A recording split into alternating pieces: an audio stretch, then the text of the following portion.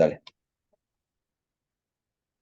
Saludos a todos. El día de hoy les vamos a hablar sobre lo que es la sección séptima de la biosfera, ecología urbana y energías alternativas en lo que es derecho ambiental. Vamos a hablar específicamente en el artículo 413, 414 y 415 de la Constitución de la República del Ecuador.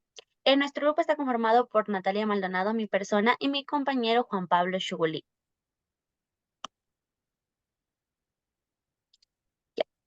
Vamos a hablar sobre lo que es el artículo 413. Partiendo desde un enfoque jurídico, encontramos que el artículo 413 constitucional determina el deber que tiene el Estado en respecto al cuidado y manejo de acuerdo con el desarrollo. Dicho deber debe acogerse a un estándar constitucional que no vulnere la naturaleza. Con ello es fundamental comprender de qué manera el Ecuador debe velar por el bienestar de los sujetos del derecho.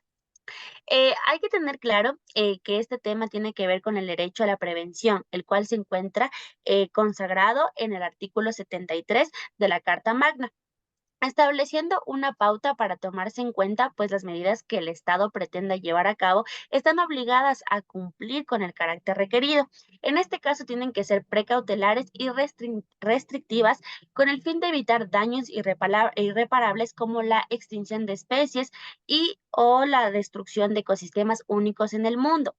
En segundo lugar, la manera en la que la Constitución de la República reconoce, entre muchas comillas, el derecho de beneficiarse del ambiente, expresa que si bien sí es cierto que choca mucho con lo ético, tanto como lo jurídico, al determinar el aprovechamiento a costas de otro sujeto de derechos como lo es la naturaleza. Debería ser entendido como una obligación en el marco de lo legal y garantizando también el cumplimiento del buen vivir. Para finalizar, el desarrollo de la sociedad debe ser por medio del uso de prácticas amigables con el medio ambiente, las tecnologías, de igual manera y de igual forma deben ser limpias y sanas, no tienen que causar daño a la naturaleza porque de forma directa o indirectamente afecta a todos los sujetos del derecho, entre ellos las personas. Un Estado que no diversifica sus energías es obsoleto. Con creces, pues a raíz de eso afloran problemas como las de la actualidad. Siguiente, por favor. Ya, vamos a hablar sobre lo que sería un ejemplo de estrategias para la sostenibilidad ambiental. Por ejemplo, los cortes de luz de más de 8 horas diarias que se dio recientemente a nivel nacional, incluyendo la ciudad más importante que obviamente es Quito. Esto sucede porque se utilizan hasta el día de hoy energía hidráulica. Si el Estado adoptara la diversificación de la energía, este problema que estuviese mitigado, pues sería reemplazado por energía eólica. En conclusión, el deber que tiene el Estado respecto a la eficiencia ecológica debe llevarse a cabo en la vida real, pues de nada sirve que se encuentre escrito si no se lo cumple. Por lo tanto, y además la ciudadanía común tiene la obligación de conocer dicho deber. Siguiente, por favor. Ahora vamos a hablar sobre el artículo 414. Resulta de gran importancia que el Estado sea consciente de que existen por hoy problemas que afectan mucho a la sociedad y en consecuencia a la institución del Estado. Es una triste realidad porque a los efectos del cambio climático no se les da la relevancia que se debería. Con esto, claro, la Constitución en este artículo establece la naturaleza de las medidas que el Ecuador debe adoptar para combatir los diversos problemas climáticos, cuidando bosques y reduciendo lo máximo posible la contaminación de la biosfera. Se puede hacer uso de políticas públicas que pueden ser de corto plazo, que son una duración de 1 año, de medio plazo con la duración de 4 años, y aunque realmente no se cumple en su totalidad.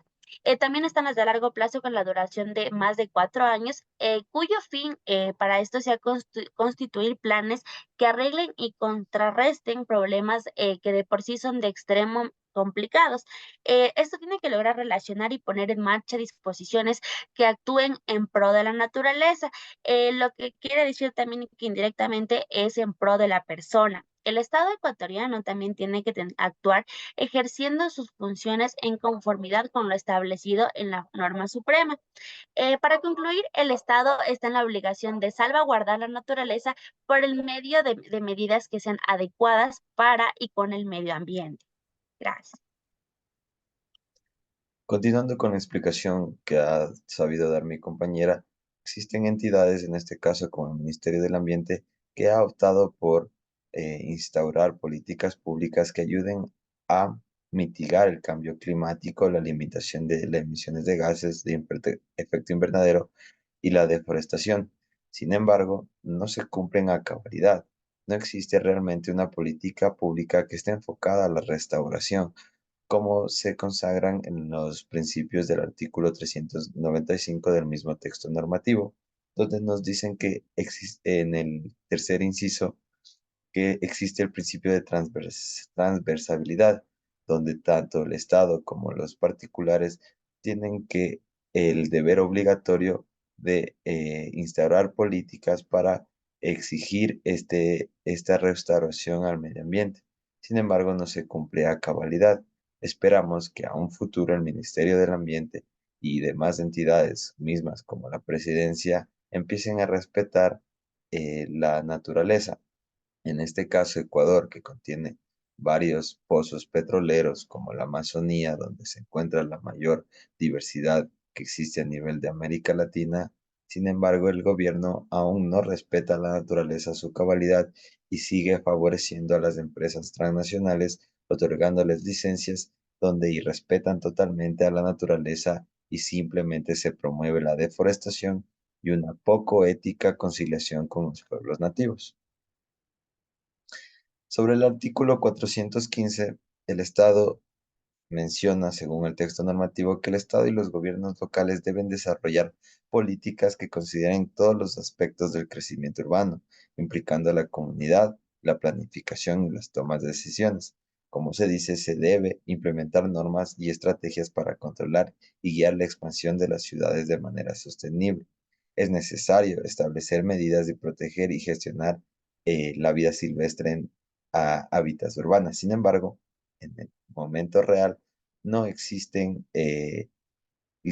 no existen organismos que controlen el crecimiento urbano. Como se puede ver en la imagen, esto es una imagen de Quito, donde se ve que si la gente sigue construyendo al borde de las quebradas, al borde de las laderas, conforme ha pasado el avance climático, las lluvias, como se puede ver en la imagen, pues en un punto esa casa va a colapsar porque se sigue un crecimiento urbano alrededor de la ladera.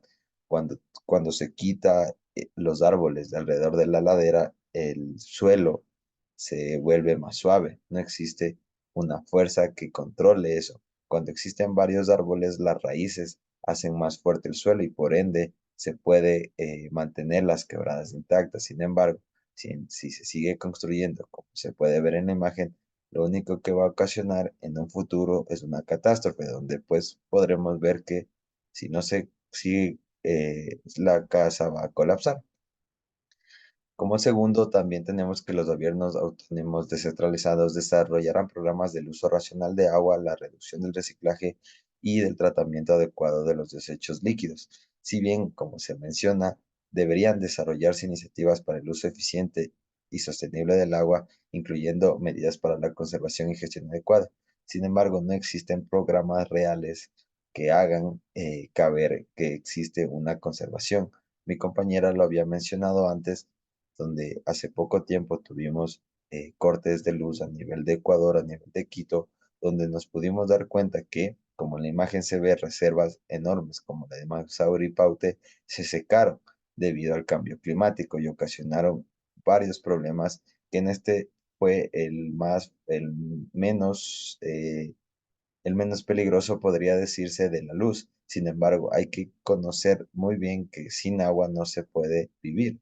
Si se sigue, si los gobiernos autónomos descentralizados del Estado y los privados no empiezan a implementar programas que ayuden al uso racional del agua, vamos a estar en problemados en un proceso donde nos demos cuenta que el agua, como en reservas enormes que están en Masari y Paute, se hayan secado como lo había pasado hace poco tiempo. Entonces, ¿qué hacer como políticas de ordenamiento territorial? Se pueden hacer implementación de planes de desarrollo urbanos participativos donde los ciudadanos tengan la voz y la planificación, como es la consulta previa.